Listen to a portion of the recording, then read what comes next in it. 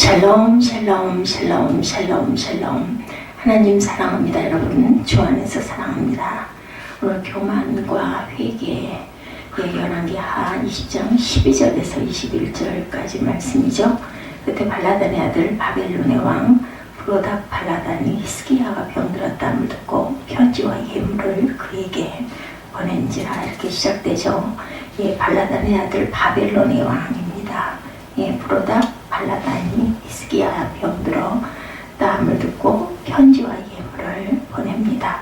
히스기야가 사자들의 말을 듣고 자기 보물고의 금은과 향품과 보배로운 기름과 그의 군기교와 창고의 모든 것을 다 사자에게 보였는데 왕궁과 그의 나라 안에 있는 모든 것 중에서 히스기야가 그에게 보이지 않은 것이 없더라. 이렇게 모든 걸 다 보였습니다. 선지자 이사야가 히스기야 왕에게 나와 그에게 이르되 이 사람들이 무슨 말을 하였으면 어디서부터 왕에게 왔나이까? 히스기야가 이르되 먼지 왕 바벨론에서 왔나이다. 이렇게 대답하죠. 이사야가 이르되 그들이 왕궁에서 무엇을 보았나이까니? 히스기야가 대답하되 내 궁에 있는 것을 그들이 다 보았나니 나의 창고에서 하나도 보이지 않는 것이 없나이다 하더라. 이사야 이야기가 나옵니다. 그리고 나서 히스기야가 죽죠. 이사야가 히스기야에게 이르되 야훼의 말씀을 들으소서.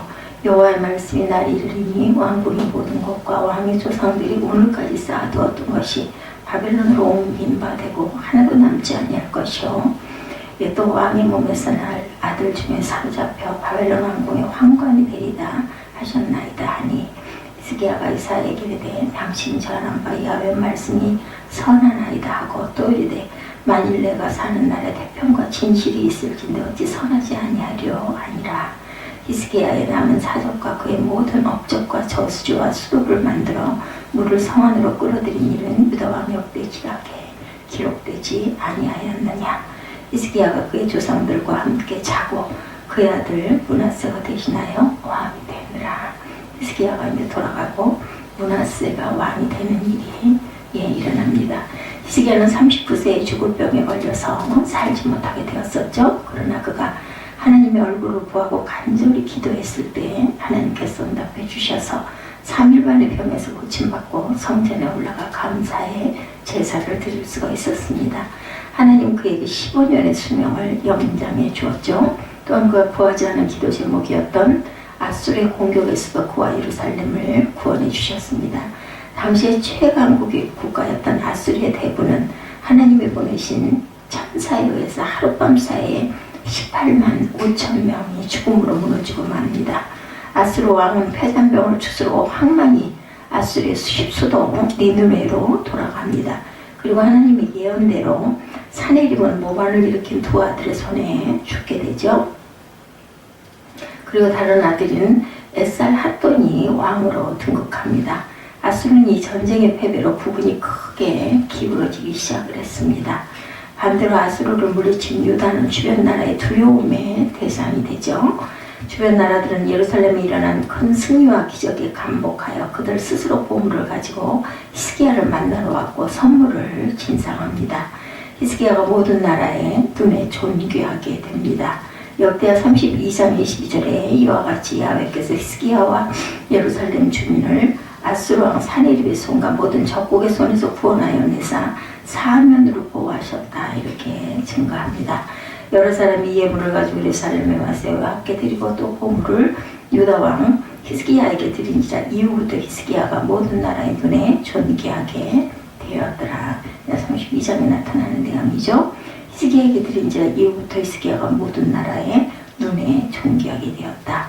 하나님의 축복으로 유다는 단기간에 이렇게 번성합니다. 이때 히스기야가 누린 번성은 그의 나라였다고 성경은 말하죠. 역대 32장 27절에 히스기야가 부와 영광이 지극하니라. 이에 은금과 보석과 향품과 방패와 온갖 보배로운 그릇들을 위하여 창고를 세우매 곡식과 새 포도주와 기름의 산물을 위하여 창고를 세우며 온갖 짐승의 위안관을 세우며 양떼 우리를 가지고 양떼와 많은 소떼를 위하여 성읍들을 세웠으니 이는 하나님의 그에게 재난을 심히 많이 주셨습니다. 이 히스기야가 또 기온의 윗샘물을 막아 그 아래로부터 다윗성 서쪽으로 곱게 끌어들였으며 히스기야가 그의 모든 일에 형통하게 되었다. 예, 이렇게 증거하고 있죠. 유다 나라는 이렇게 온갖 보물과 가축이 늘어납니다. 히스기야 개인적으로 재산이 또한 엄청나게 늘었죠. 무슨 일을 도모하든지 하나님이 지혜와 능력을 주시니 잘 감당합니다.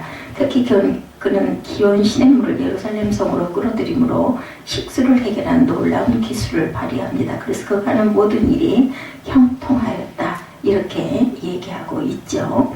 예, 그런데 그때부터 그에게 또한 문제가 발생하죠. 히스기야에게 어떤 문제가 있었는지 또한 우리에게 주시는 교훈은 무언지 우리가 살펴보도록 합니다. 형통할 때 교만에 치우치지 말아야 되겠다. 첫 번째죠.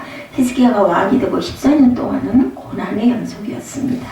그는 이 기간 동안 항상 하나님 앞에 겸손하였고 간절히 기도했었죠. 그렇지만 그가 하나님의 은혜로 모든 고난을 통과하고 형통하고 번성하게 되자 그만 교만에 빠지게 됩니다. 예, 히스기야가 마음이 교만하여 그 받은 은혜를 보답하지 아니하므로 진노가 그와 유다와 예루살렘에 내리게 되었다. 이렇게 이야기를 합니다.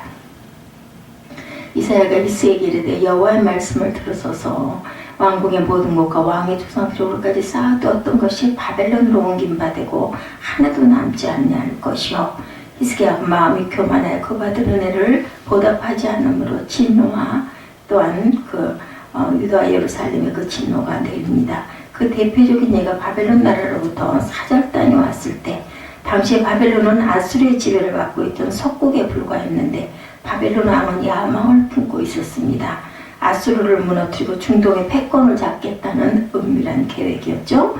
근데 자신의 적인 아수르가 작고 힘없는 줄로 알았던 유다 나라에게 피하여서 국력이 쇠퇴하기 시작하자 바벨론 왕은 아주 야호하죠. 환호성을 지릅니다. 유다 덕분에 원수의 나라인 아수르가 퇴락하기 시작을 했기 때문이다. 바벨론 왕은 정치적인 판단을 합니다. 아수르를 완전히 무너뜨리려면 작지만 그런 강한 나라인 유다와 손을 잡아야겠다 이렇게 생각을 하죠. 더군다나 자신들이 신으로 섬기는 태양이 히스기야의 기도 때문에 뒤로 10도나 물러나는 기적을 자신들도 직접 그것을 봅니다. 이 사실은 그들에게 히스기야와 동맹과 우호관계를 맺어야 할 강력한 이유가 되죠. 그래서 바빌론 왕은 히스기야의 병세를 확인할 겸 사절단을 보낸 거죠. 히스기야는 바빌론의 사절단이 찾아온 것을 보고 너무너무 기분이 좋아집니다. 히스기야는 아수르의 적인 바벨론과 우호관계를 맺는다면 아수르를 완전히 견제할 수 있겠다 이렇게 생각을 하는 겁니다. 예, 그래서 그는 바벨론 사절단이 완전히 마음을 열고 모든 국가의 비밀을 마음을 열도록 보여주고 싶었던 거죠. 그래서 13절에 본문 13절입니다. 예, 보면 히스기야가 사자들의 말을 듣고 자기 보물고의 금은과 향품과 보배로운 기름과 그의 군기고와 창고의 모든 것을 다 사자에게 보였는데 왕궁과 그의 나라 안에 있는 모든 것 중에 히스기야가 보이지 않은 것이 하나도 없다 이렇게 증거하고 있습니다. 히스기야는 바벨론 사절단에게 자기 보물고의 금과 향품과 보배로운 물건들을 보여주며 자랑을 합니다. 창병기고의 든든한 무기도 보여주죠. 국방의 기밀까지 공개를 한 겁니다. 히스기야는 예루살렘 왕궁과 나라의 모든 기밀을 보여주지 않은 것이 없을 정도로 보여주며 자신의 번성을 자랑했는데 이 모든 영광이 자신의 지혜와 능력으로 된 것이냐 자랑으로 하나님의 영광을 가로채고 말았다. 히스기야 이와 같은 태도를 성경은 그가 형통하게 되었을 때 교만에 치우쳐 자기가 하나님께 받은 은혜에 대하여 하나님께 보답하지 아니한 것이라고 이렇게 말합니다. 고린도전서 10장 12절에 그런즉 선줄로 생각하는 자는 넘어질까 조심하라 이렇게 말씀하죠.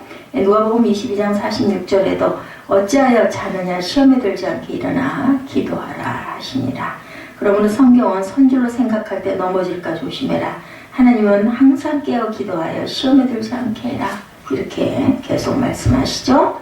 예, 그러므로 성경은 항상 고난 중에 기도하여 응답받는 것도 중요하지만 응답받은 후에 교만에 치우치지 않는 것이 중요하다. 다윗은 고난당하는 것이 내게 유익이라고 또한 이야기합니다. 시편 119편 71절이죠. 고난당한 것이 내게 유익이라. 이로 말미암아 내가 주의 율례를 배우게 되었나이다. 다윗도 왕이 되고 주변 나라의 정복 전쟁이 끝나갈 즈음에 신하들이 다윗에게 이제 전쟁터에 직접 나오지 말고 왕궁에서 쉬시라고 권합니다. 다윗은 그동안 늘 전쟁에서 전투 지휘하며 긴장을 늦추지 않고 살아왔었죠. 근데 그의 삶에서 갑자기 편안한 시간이 찾아오자 넘치는 시간을 주체하지 못하고 마음의 관리가 소홀해집니다. 전쟁터에는 백성들이 여전히 치열한 전쟁을 하고 있는데 그는 낮에 한가로이 왕궁을 거닐다가 목욕하는 여인을 보고 그만 실족하고 맙니다. 이런 것을 보면 우리가 인생을 살 때 어느 정도 고난이 있고 무언가 부족함이 있는 상황, 시간이 부족하든지 재정이 부족하든지 건강이 부족할 때 우리는 원하는 것이 잘 진행이 안 될 때 기도하게 됩니다.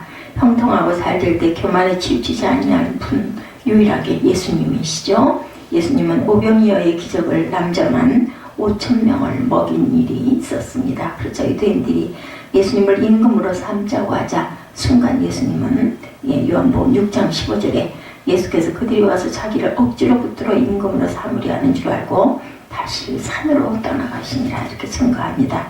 예수님은 하나님이 우리에게 세워주신 만유의 영원한 왕이시죠.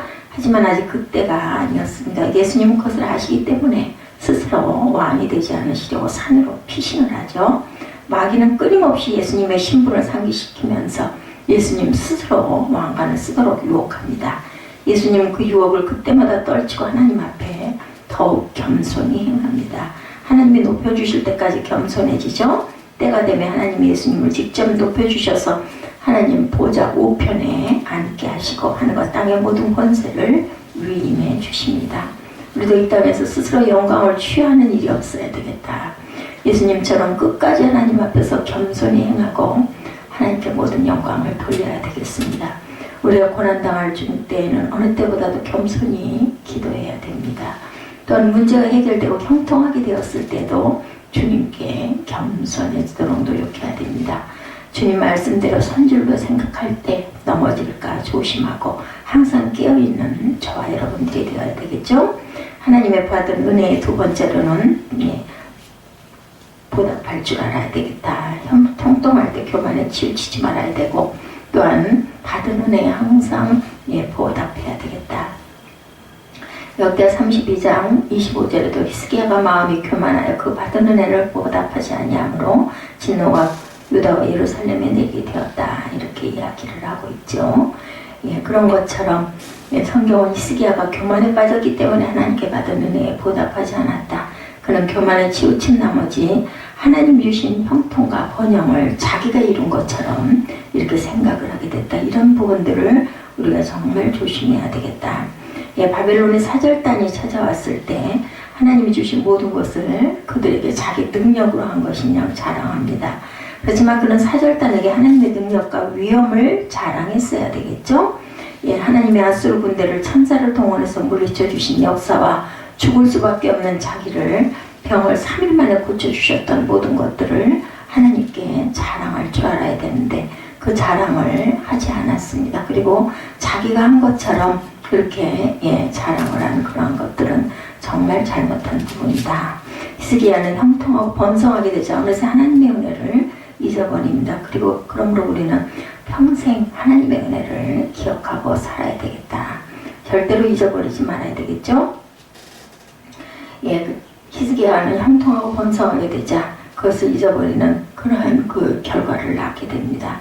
우리는 항상 하나님의 은혜를 송축해야 되겠다. 시편 103편 2절에 내 영혼아 야훼를 송축하며 그의 모든 은택을 잊지 말지어다. 그러면 우리는 평생 하나님의 은혜를 잊지 말고 기억할 줄 알아야 되겠다. 그가 내 모든 죄악을 사시며 내 모든 병을 고치시며 내 생명을 파멸해서 속량하시고 인자와 긍휼로 관을 씌우시며 좋은 곳으로 내 소원을 만족하게 하사 내 청춘을 독수리같이 새롭게 하시는도다. 히스기야가 자랑할 거리가 있는 게 아니라 하나님을 자랑할 만한 은혜, 그 은혜를 우리가 항상 기억하고 가야 되겠다. 그리고 우리는 인생에서 자랑 오직 주님만이 우리의 자랑이 되어야 되겠습니다.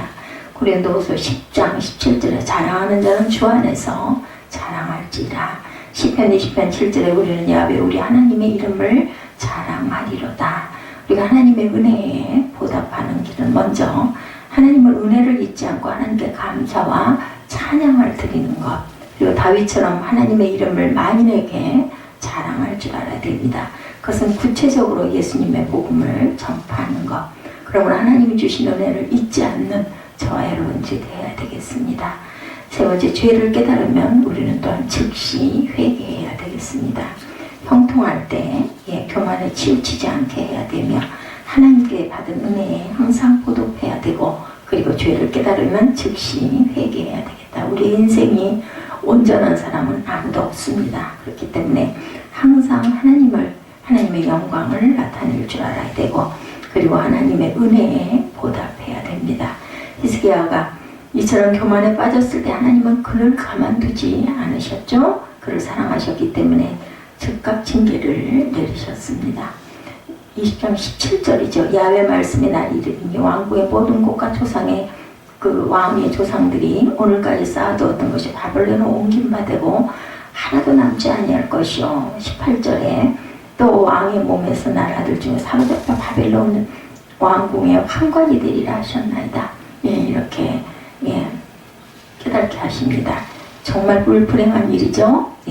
히스기야가 교만에 빠져 바벨론 사절단에게 보여주는 온갖 보물들은 바벨론 왕의 마음에 유다를 반드시 차지해야겠다는 강력한 동기부여가 되고 말았습니다. 그리고 하나님은 히스기야가 스스로 영광을 취하고 자랑했던 그 모든 것들이 바벨론 손에 넘어가도록 징계를 선언하십니다. 이 선언은 약 100년 후에 실제로 유다 나라가 바벨론의 멸망을 당하면서 그대로 성취가 되고 맙니다. 히스기야는 하나님의 말씀을 듣는 순간 자신이 교만에 치우쳐 잘못을 저지른 것을 깨닫고 후회합니다. 그리고 즉시 회개하죠. 19절에 히스기야가 이사야에게 이르되 당신이 전한 바 야훼의 말씀이 선하나이다 하고 만일 내가 사는 날이 태평과 진실이 있을진데 어찌 선하지 아니하려 하니라. 히스기야는 하나님의 진노와 심판에 대해서 이의를 제기하지 않습니다. 자기의 죄로 당연히 받아야 할 형벌이라고 생각하고 하나님의 말씀은 선하다 이렇게 고백을 하죠. 이 말은 하나님의 공의로운 분이라는 것을 모든 것을 고백하는 의롭다는 고백입니다. 히스기야가 비록 죄를 지었지만 이처럼 즉각 회개하지 하나님은 그에게 긍휼을 베푸시고 이 모든 저주가 히스기야에게 담대에게 일어나지 않고 그의 자손 때에 일어나리라 이렇게 말씀합니다. 이사야 1장 18절에 야훼께서 말씀하시되 오라 우리가 서로 변론하자. 너희의 죄가 주홍 같을지라도 눈과 같이 희어질 것이요 진홍같이 붉을지라도 양털같이 희게 되리라. 믿음의 사람들이 형통할 때 예 없이 교만에 빠졌지만 그들 중에 하나님의 징계가 내리시자 회개해서 하나님의 긍휼을 입은 사람들이 바로 다윗이나 히스기야. 두 사람은 지체하지 않고 회개함으로 하나님의 긍휼을 입게 됩니다. 우리도 실수하고 범죄할 때가 있죠. 그런데 죄를 깨달으면 지체하지 말고 하나님 앞으로 돌아와야 한다. 그러면 하나님은 우리를 불쌍히 여겨주십니다. 회개해야 되겠죠? 히스기야를 통해서 오늘 주시는 교훈, 형통할 때 교만에 치우치지 않도록, 그리고 하나님의 은혜에 보답하며 교만에 치우쳐 죄를 깨달으면 즉시 회개할 줄 알아야 되겠다. 이 세 가지를 절대 잊지 말아야 되겠습니다. 형통할 때는 항상 더 조심해야 되겠죠? 그리고 하나님의 은혜에 항상 보답해야 되며 교만에 빠져서 죄를 지었을 때는 깨닫고 얼른 엎드려 회개할 줄 알아야 되겠다. 절대 잊지 아니하시는 저와 여러분 되시기를 주님의 이름으로 축복합니다. 우리 기도하시겠습니다.